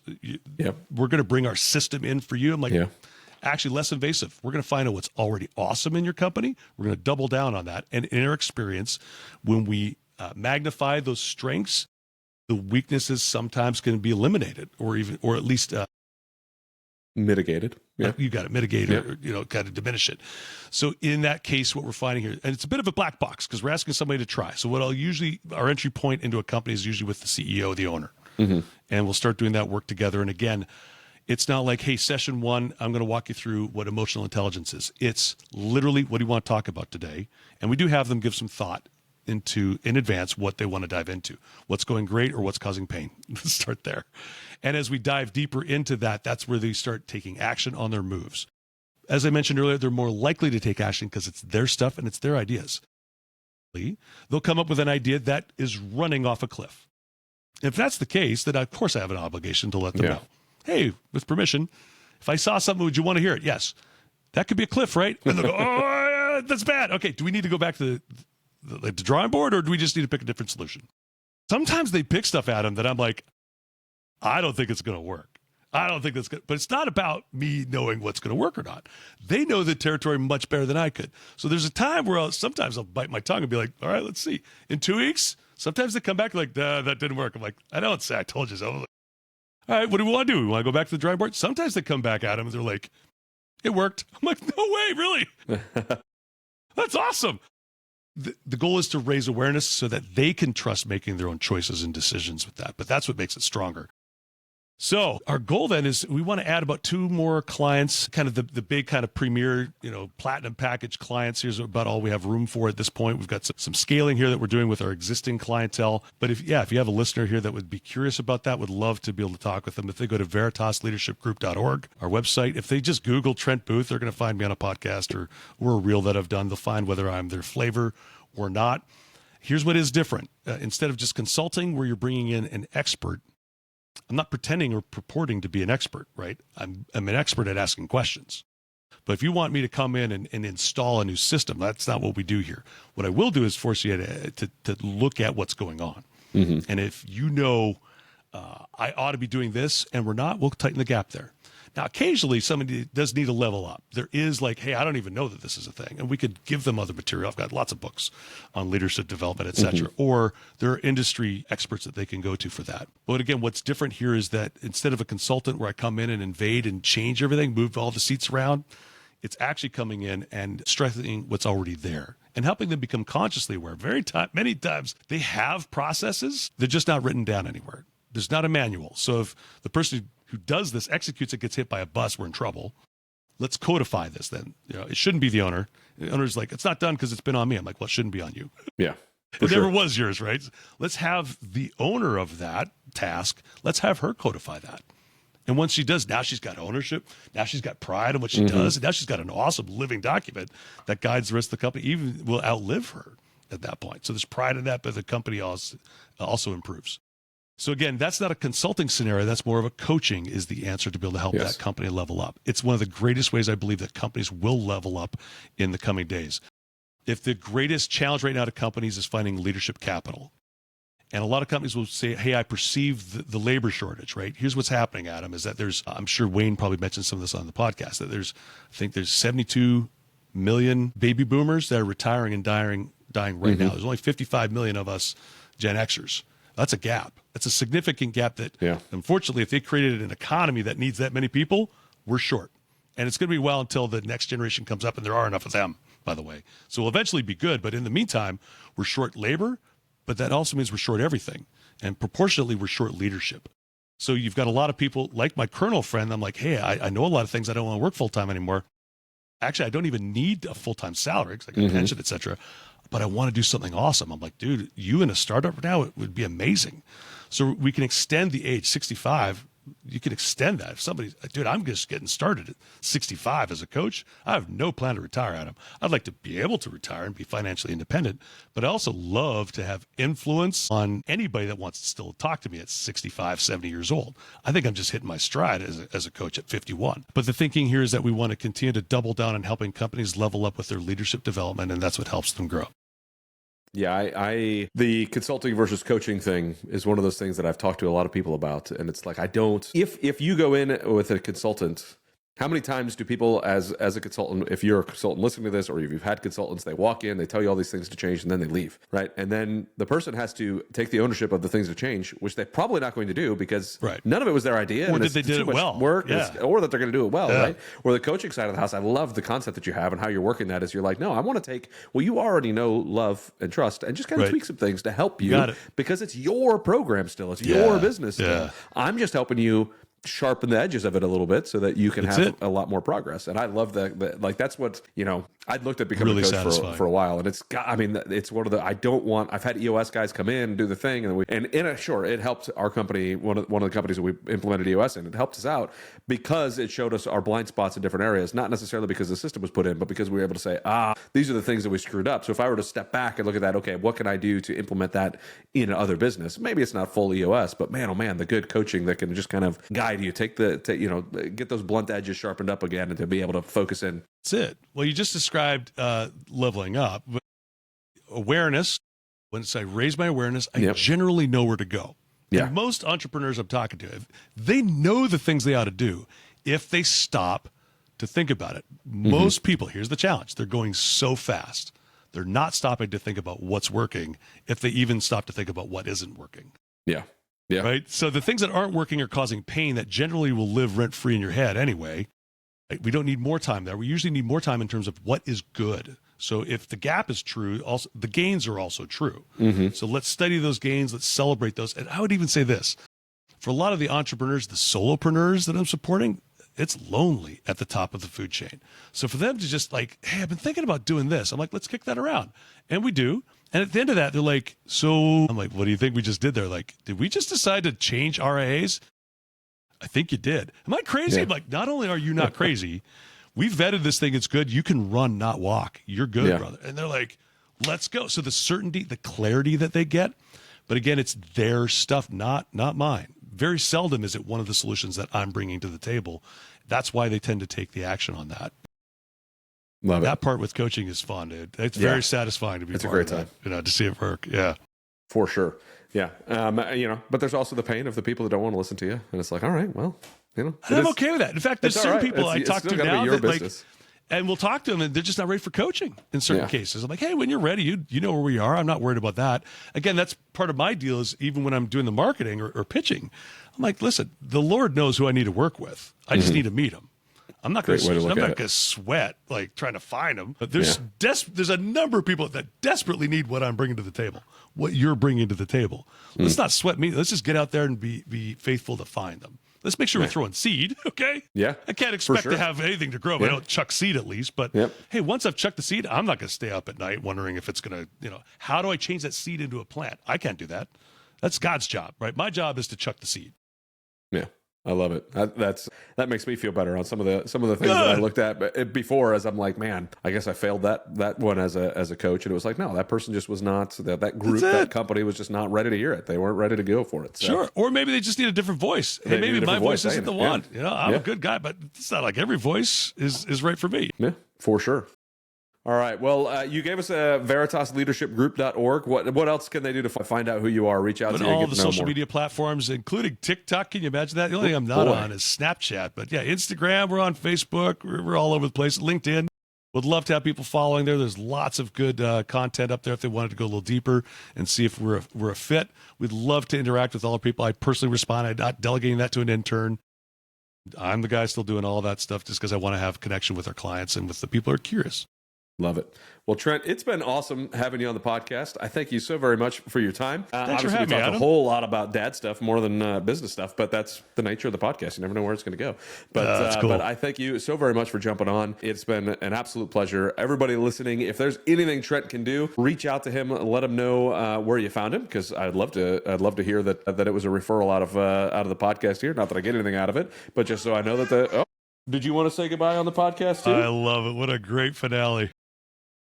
Come on in. You want to come say goodbye? I'm wrapping up the podcast. Come here. You finally got your blanket the to come in. podcast has got to be Diana's voice. What a sweetheart. Look at little Cindy Lou Who here. How about it? I know, right? Yeah, perfect timing. A couple weeks before Christmas, Cindy Lou Who showing up. Look at you. All right. Well, thank you, everybody, for listening. Can you say thank you? No. No, you don't want to do girl. that. No, I'm not no. jumping through your hoops, Dad. Adam, thanks for having me. What Thank a you very blast. I much, love Trent. your format, and I love what you're doing. I appreciate it. Thank you, sir. Thank you again, everybody who's listening. Please like, subscribe, comment. Let us know what your favorite part of the podcast was, especially if it was Diana, because, well, that was my favorite part of the podcast. No offense, Trent. But we will see everybody on the next show. Cheers. Thank you so much for listening to the BizDad Podcast. We hope you found some value in your time here with us, and we look forward to bringing you the next episode. If you've enjoyed today's show, please subscribe and share so you and your friends won't miss our upcoming episodes. Connect with us on Facebook, Instagram, LinkedIn, Twitter, and Rumble, where we continue these discussions and share more valuable content. Be the dad you know you need to be and run your business in a way you're proud to share with your kids. Keep crushing it.